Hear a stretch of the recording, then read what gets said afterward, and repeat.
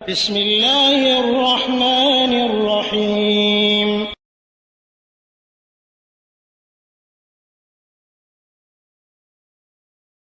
بسم الله الرحمن الرحيم الحمد لله رب العالمين والصلاة والسلام على أشرف الأنبياء والمرسلين نبينا محمد وعلى آله وصحبه أجمعين أما بعد। সম্মানিত ভাই, ওয়ালাইকুম আসসালাম ওয়া রাহমাতুল্লাহি ওয়া বারাকাতুহু। আপনি আপনার সন্তান জন্ম হয়েছে তার আকিকার ব্যাপারে প্রশ্ন করেছেন, আর চুল কামানোর ব্যাপারে।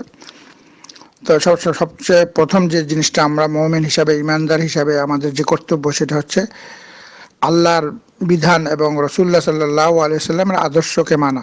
এখানে অন্য মানুষের কথা মানুষে বলে, লোকে বলে, অমুকে বলে, তাহলে তার ইমান কোথায় থাকলো? ইমানের মূল উদ্দেশ্য হচ্ছে ইমানদার ওই ব্যক্তি যে বলে, ইন্নামা কানা কাউলুল মুমিনিনা ইযা দুউ ইলাল্লাহি ওয়া রাসূলিহি লিয়াহকুমা বাইনাহুম আন ইয়াকুলু সামি'না ওয়া আতা'না। মুমিনদের কথা হচ্ছে সূরা নূরের মধ্যে এখানে 51 নম্বর আয়াত, যে মুমিনদের কথা হচ্ছে যখন আল্লাহর পক্ষ থেকে এবং রাসূল সাল্লাল্লাহু আলাইহি ওয়াসাল্লামের পক্ষ থেকে কোনো আদেশ নিষেধ, কোনো বিধান আসবে, বলবে শুনলাম এবং মানলাম। তো এটাই মূল কথা। কিন্তু এখানে অমুকে হাফেজ সাহেব বলছে, অমুক আলেম বলছে, অমুকে বলছে, লা হাওলা ওয়ালা কুওয়াতা, এটা তো অনেক মারাত্মক ব্যাপার যে মানুষের কথায় আমরা কান দেব।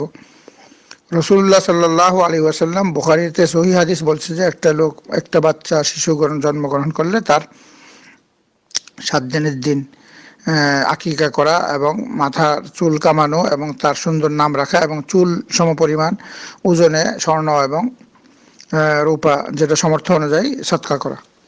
এটা একটা কাজ একটা শিশু জন্মগ্রহণ করলে, যে সহিহ হাদিস দ্বারা প্রমাণিত। বুখারীর হাদিসটা যদি অন্য হাদিস যদি থাকতে পারে। এখন অনেক লোকরা বলে 14 দিনের দিনে দিলে চলবে, আরেকজনে বলে যে 21 দিনের দিনে, আরেকজনে বলে যে কোনো সময় দিলে চলবে। এই ধরনের মানুষের কথা যদি মানি, তাহলে কোরআন হাদিসে আসার অর্থ কি? তাহলে কোরআন হাদিসের দরকার নাই, মানুষের কথা মতোই আমরা চলি। তো কাজে এরকম সন্দেহ সংশয় নিয়ে জীবনযাপন করাটা মারাত্মক ব্যাপার। একটা মুমিন বান্দা কোরআন হাদিসে যেটা আছে সেটাই আমাদের মানতে হবে। তো আমি আকিকার বিধান আর আপনার পূর্বে অন্যরা প্রশ্ন করেছিল, সেই অডিওটা আমরা পাঠাচ্ছি, আকিকার বিধান লেখা, সেটা সুন্দর করে মনোযোগ দিয়ে শুনেন।